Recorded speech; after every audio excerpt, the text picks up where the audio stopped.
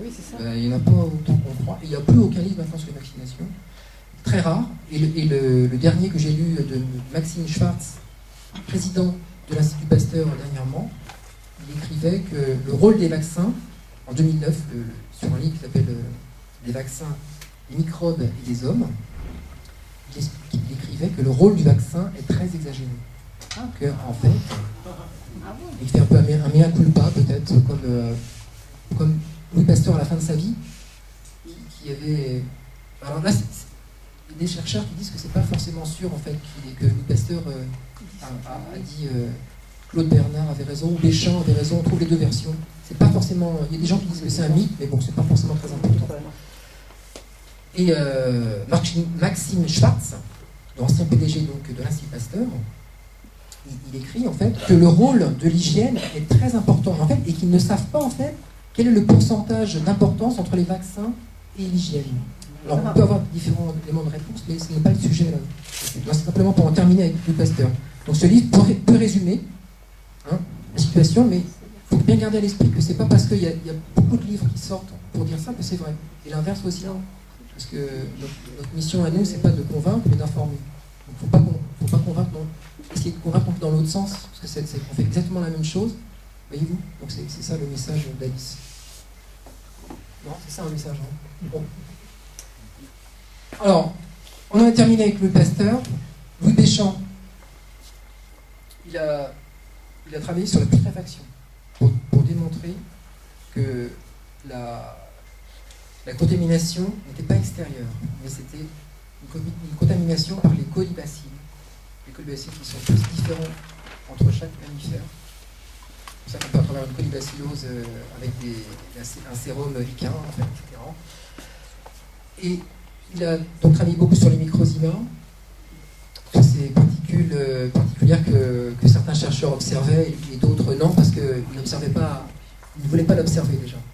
C'est ça aussi qu'il faut voir, c'est qu'ils ne voulaient pas l'observer et ils refusaient à l'observer d'ailleurs. Ça leur faisait peur, comme tous ceux qui ont été dans le laboratoire au Canada de l'Institut Naissance.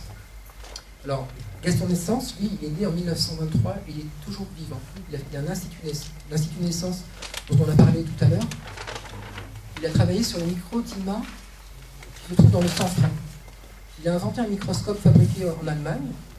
Et ce microscope, en fait, est capable de voir les tissus vivants et non les tissus morts. Et c'est ça les problèmes aussi de la médecine allopathique, c'est qu'on étudie les substances, surtout sur des tissus morts. Pourquoi ? Parce qu'on est limité dans l'observation des tissus vivants, parce que le sang sèche, etc.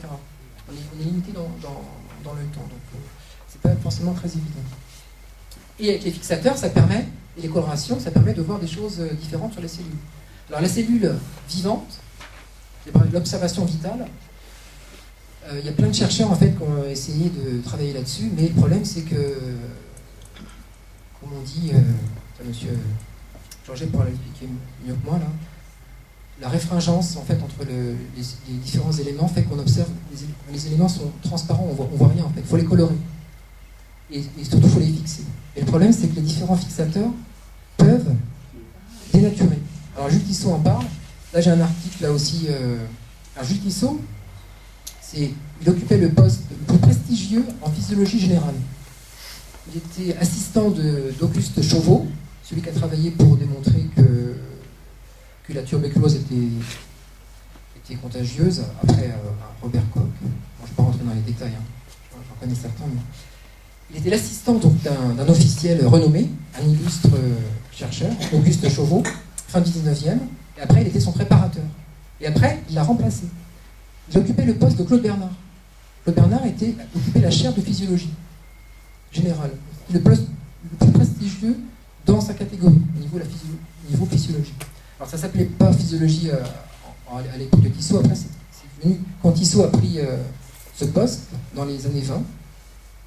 Il a pris sa retraite il a pris sa retraite en 1940 et il a pris ce poste en 1922. Et il a travaillé donc au Muséum d'histoire naturelle, dans un laboratoire avec des assistants. Des collègues de l'Institut Pasteur lui donnaient beaucoup de... Au niveau du micro, ça va ou pas là ? Ça vibre, ça vibre. Comme ça va ? Non. Bien ? Non. Là. Là. Comme ça.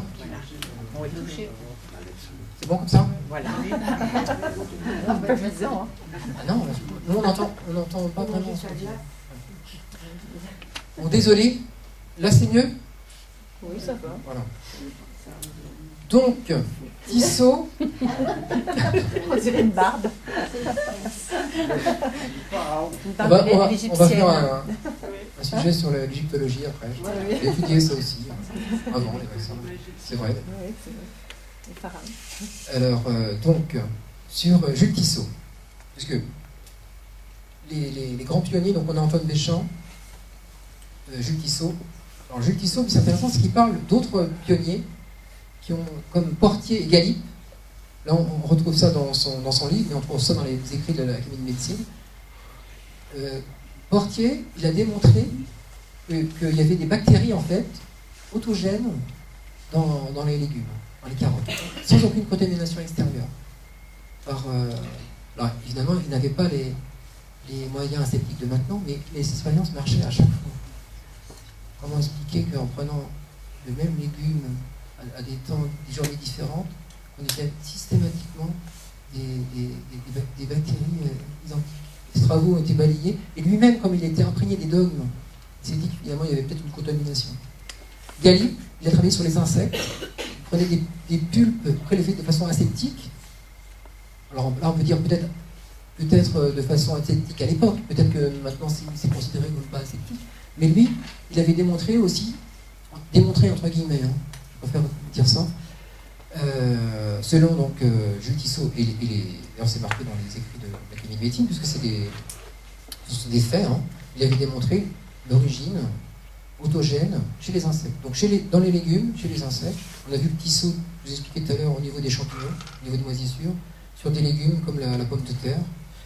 Et Tissot, lui, après, comme il avait accès à des animaux assez particuliers, parce qu'il travaillait au muséum d'histoire naturelle. Donc il pouvait travailler sur des cobayes, pas seulement sur des lapins, mais sur des centaines d'animaux différents. Et il avait des cultures d'amis de l'Institut Pasteur. Après, ils vont devenir leur ennemi. Parce que Tissot il a écrit différents livres, et les titres, c'était par exemple Preuve de l'inefficacité et des dangers des vaccinations actuelles. Constitution atomique des matières vivantes, fonction matérielle des êtres vivants. Donc il a été naïvement à l'Institut Pasteur, frappé à leur porte, et il leur a dit, mais il voulait voir le directeur, et quand ils ont vu ce qu'il devait leur dire, ils ont tourné les talons, ils ont refusé le dialogue. Donc forcément, si vous allez voir le PDG de Total et lui dire que vous avez découvert un moteur qui coûte 2 centimes, et le pétrole, c'est bon, on n'en a plus besoin, et vous dire, bah, c'est super, mais la sortie, c'est là-bas. C'est vrai. Donc là, c'est exactement.